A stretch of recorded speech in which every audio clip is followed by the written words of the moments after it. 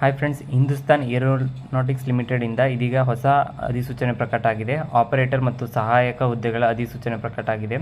So ಹುದ್ದೆಯಲ್ಲಿ ವೇತನ ಎಷ್ಟು, ಅಪ್ಲೈ ಮಾಡಲು ಕೊನೆಯ ದಿನಾಂಕ ಯಾವಾಗ ಅಂತ ಹೇಳ್ತೀನಿ. ಸೊ ವಿಡಿಯೋನ ಕಂಪ್ಲೀಟ್ ಆಗಿ ನೋಡಿ. ಇನ್ನೂವರೆಗೆ ಯಾರು ನನ್ನ ಚಾನಲ್ಗೆ ಸಬ್ಸ್ಕ್ರೈಬ್ ಆಗಿಲ್ಲ, ಮುಂದೆ ಬರುವ ಎಲ್ಲ ಸರ್ಕಾರಿ ಹುದ್ದೆಗಳ ಮಾಹಿತಿಗಾಗಿ ಈ ಕೂಡಲೇ ಸಬ್ಸ್ಕ್ರೈಬ್ ಮಾಡಿ. ಈ ಕೆಲಸಕ್ಕೆ ಅರ್ಜಿ ಹಾಕಿರೋ ಸಂಖ್ಯೆ ತುಂಬ ಕಡಿಮೆ ಇದೆ, ಕಾಂಪಿಟೇಷನ್ ಕಡಿಮೆ ಇದೆ. ಸೊ ಅಪ್ಲೈ ಮಾಡಿದರೆ ನಿಮಗೆ ಸಿಗೋ ಚಾನ್ಸಸ್ ಜಾಸ್ತಿ ಇರುತ್ತೆ. ಸೊ ಮಿಸ್ ಮಾಡ್ದೇನೆ ಅಪ್ಲೈ ಮಾಡಿ. ಸೊ ನೋಡ್ಕೊಂಬರೋದಾದರೆ, ಹಿಂದೂಸ್ತಾನ್ ಏರೋನಾಟಿಕ್ಸ್ ಲಿಮಿಟೆಡ್ HAL ಇಂದ ಇದೀಗ ಹೊಸ ಅಧಿಸೂಚನೆ ಪ್ರಕಟ ಆಗಿದೆ. ಅರ್ಜಿ ಸಲ್ಲಿಸಲು ಬಯಸುವ ಅಭ್ಯರ್ಥಿಗಳು ಅಗತ್ಯವಿರುವ ವಿದ್ಯಾರ್ಹತೆ, ವಯೋಮಿತಿ ಮತ್ತು ವೇತನ ಶ್ರೇಣಿ ಬಗ್ಗೆ ಸಂಪೂರ್ಣ ಮಾಹಿತಿನ ನಾನು ಮುಂದೆ ತಿಳಿಸಿದ್ದೀನಿ. ಸೊ ವೀಡಿಯೋನ ಮಿಸ್ ಮಾಡಿದೆ ಕಂಪ್ಲೀಟಾಗಿ ನೋಡಿ. ನೋಟಿಫಿಕೇಷನ್ನ ಕೂಡ ನೀವು ಡಿಸ್ಕ್ರಿಪ್ಷನಲ್ಲಿ ಕೊಟ್ಟಿದ್ದೀನಿ. ಆ ನೋಟಿಫಿಕೇಷನ್ ಒಂದು ಸತಿ ಕ್ಲಿಯರ್ ಕಟ್ಟಾಗಿ ಓದ್ಬಿಟ್ಟು ನಂತರ ಅಪ್ಲೈ ಮಾಡಿ. ಸೊ ಇದ್ರ ಬಗ್ಗೆ ನೋಡ್ಕೊಂಬರೋದಾದ್ರೆ, ಇಲಾಖೆ ಹೆಸರು ಬಂದ್ಬಿಟ್ಟು ಹಿಂದೂಸ್ತಾನ್ ಏರೋನಾಟಿಕ್ಸ್ ಲಿಮಿಟೆಡ್ HAL. ನೀವು ಕೇಳಿರೋ ಅಂಥ ಸಂಸ್ಥೆನೇ. ಹುದ್ದೆ ಹೆಸರು ಬಂದ್ಬಿಟ್ಟು ವಿವಿಧ ಹುದ್ದೆಗಳು, ಒಂದು 2-3 ಟೈಪ್ ಹುದ್ದೆಗಳು ಖಾಲಿ ಇದ್ದಾವೆ. ಟೋಟಲ್ ಹುದ್ದೆಗಳ ಸಂಖ್ಯೆ 65 ಹುದ್ದೆಗಳು ಖಾಲಿ ಇದ್ದಾವೆ. ಸೊ ಅರ್ಜಿ ಸಲ್ಲಿಸುವ ಬಗ್ಗೆ ನೀವು ಆನ್ಲೈನ್ನಲ್ಲಿ ಅಪ್ಲೈ ಮಾಡಬೇಕಾಗಿರುತ್ತೆ. ನೋಡಿ, 3 ಟೈಪ್ ಹುದ್ದೆಗಳು ಖಾಲಿ ಇದ್ದಾವೆ. ಡಿಪ್ಲೊಮಾ ತಂತ್ರಜ್ಞ 51 ಹುದ್ದೆಗಳು ಖಾಲಿ ಇದ್ದಾವೆ.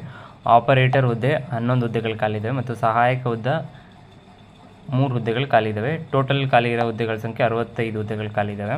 ವಿದ್ಯಾರ್ಹತೆ ನೋಡ್ಕೊಂಬರೋದಾದರೆ, ನೇಮಕಾತಿ ಅಧಿಸೂಚನೆಯಲ್ಲಿ ತಿಳಿಸಿರುವ ಪ್ರಕಾರ ಅರ್ಜಿ ಸಲ್ಲಿಸುವ ಅಭ್ಯರ್ಥಿಗಳು ಡಿಪ್ಲೊಮೊ, ITI ಮತ್ತು ಪದವಿಯನ್ನು ಮುಗಿಸಿರಬೇಕು. ನಿಮ್ಮದು ಡಿಪ್ಲೊಮೊ, ITI ಮತ್ತು ಪದವಿ ಮುಗಿಸಿದ್ರೆ ನೀವು ಇದಕ್ಕೆ ಅಪ್ಲೈ ಮಾಡೋಕ್ಕೆ ಅರ್ಹರಾಗ್ತೀರಾ. ವಯೋಮಿತಿನ ನೋಡ್ಕೊಂಬರೋದಾದರೆ, ನೀವು ನೇಮಕಾತಿ ಅಧಿಸೂಚನೆಯಲ್ಲಿ ತಿಳಿಸಿರುವ ಪ್ರಕಾರ ಅರ್ಜಿ ಸಲ್ಲಿಸುವ ಅಭ್ಯರ್ಥಿಗಳಿಗೆ ಗರಿಷ್ಠ 28 ವರ್ಷಗಳ ವಯೋಮಿತಿಯನ್ನು ನಿಗದಿಪಡಿಸಲಾಗಿದೆ. ಮೀಸಲಾತಿ ಬರುವ ಅಭ್ಯರ್ಥಿಗಳಿಗೆ ವಯೋಮಿತಿ ಸಡಿಲಿಕೆ ಕೂಡ ಇರುತ್ತೆ. ನಿಮಗೆ ಗರಿಷ್ಠ ವಯೋಮಿತಿ 28 ನಿಗದಿಪಡಿಸಿದ್ದಾರೆ. ಅಂದರೆ ಜನರಲ್ ಮೆರಿಟ್ ಅಭ್ಯರ್ಥಿಗಳಿಗೆ ಸೇಮ್ 28 ವರ್ಷನೇ ಇರುತ್ತೆ. ಇನ್ನು OBC ಅಭ್ಯರ್ಥಿಗಳಿಗೆ 3 ವರ್ಷಗಳ ಕಾಲ ವಯೋಮಿತಿ ಸಡಿಲಿಕೆ ನೀಡಿದ್ದಾರೆ. ಅಂದರೆ ನೀವು 31 ವರ್ಷ ಇದ್ದರೂ ಕೂಡ ನೀವು ಇದಕ್ಕೆ ಅಪ್ಲೈ ಮಾಡೋಕೆ ಅರ್ಹರಾಗ್ತೀರಾ. ಮತ್ತು SC/ST ಅಭ್ಯರ್ಥಿಗಳಿಗೆ 5 ವರ್ಷಗಳ ಕಾಲ ವಯೋಮಿತಿಯನ್ನು ನಿಗದಿಪಡಿಸಿದ್ದಾರೆ, ವಯೋಮಿತಿ ಸಡಿಲಿಕೆನ.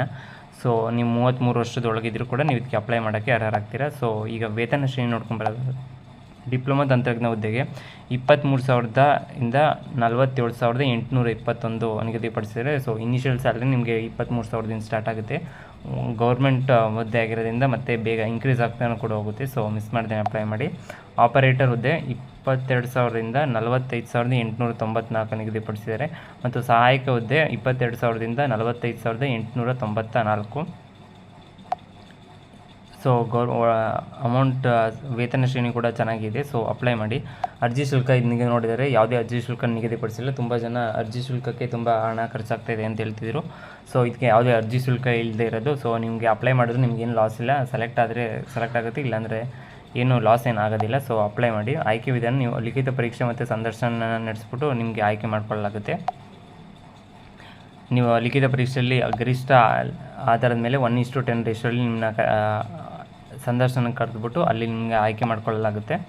ಸೊ ಪ್ರಮುಖ ದಿನಾಂಕಗಳು ನೋಡ್ಕೊಂಬರೋದಾದರೆ, ಅರ್ಜಿ ಸಲ್ಲಿಸಲು ಪ್ರಾರಂಭ ದಿನಾಂಕ ಸ್ಟಾರ್ಟ್ ಆಗಿರೋದು March 12, 2024 ಮತ್ತು ಕೊನೆಯ ದಿನಾಂಕ ಬಂದ್ಬಿಟ್ಟು April 10, 2024.